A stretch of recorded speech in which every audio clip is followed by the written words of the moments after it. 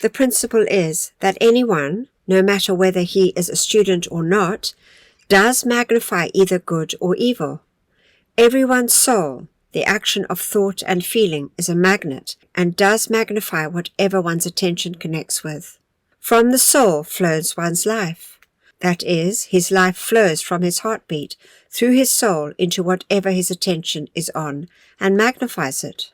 One's life flows on his attention to whatever appearances his attention connects with.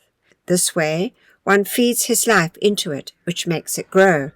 Thus it is magnified in one's consciousness, in both the appearance world and at inner levels.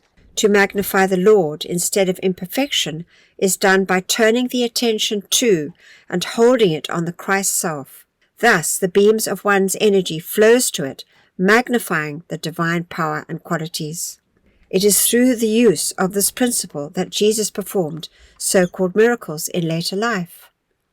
This is a principle that can be applied by anyone. It is a mathematical and scientific principle which no one escapes. We can magnify either the appearances, things of the outer world, or we can put our attention on the Christ self and magnify the divine power. When they got back to Galilee, because of what Mary had taught Jesus, he made friends with the turbulent spirit of the Sea of Galilee. This was to such an extent that later the angry tossing of the sea was stilled at Jesus' word. Now came the time during his growing years when they fulfilled the things according to the letter of the Scripture.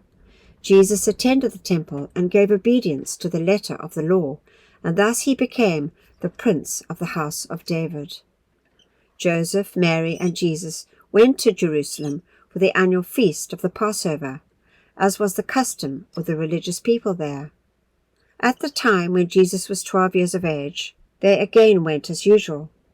After the festivities, they started back home in a caravan made up of relatives and friends. Jesus stayed behind in Jerusalem, but his parents were unaware of it, thinking he was among those in the caravan. After a day's travel, it occurred to them to look for him. Searching through the caravan, they did not find him, so they returned to Jerusalem. It took them 3 days to locate him. They found him in the temple with teachers, rabbis, doctors, elders, and learned people of Israel, to whom he was listening and asking them profound questions. These men were astonished at the type of questions he asked, as well as his answers, understanding and wisdom. He explained many things to them about physics, metaphysics, the law of cause and effect, the creative faculties, the operation of the soul, the creation of the body and dissolution, the powers of nature and divine powers. All this was beyond their understanding. These things he had learned in his retreat training, but these so-called learned men knew nothing of such places. While still talking on these things, Mary and Joseph came. After all their searching, they were somewhat amazed to find him with such a group of men. When Mary asked Jesus why he had done such a thing to them, they, being anxious about him, he replied by asking why they sought him, that they ought to know he should be about his Father's business. Then the men wanted to know if the boy was her son.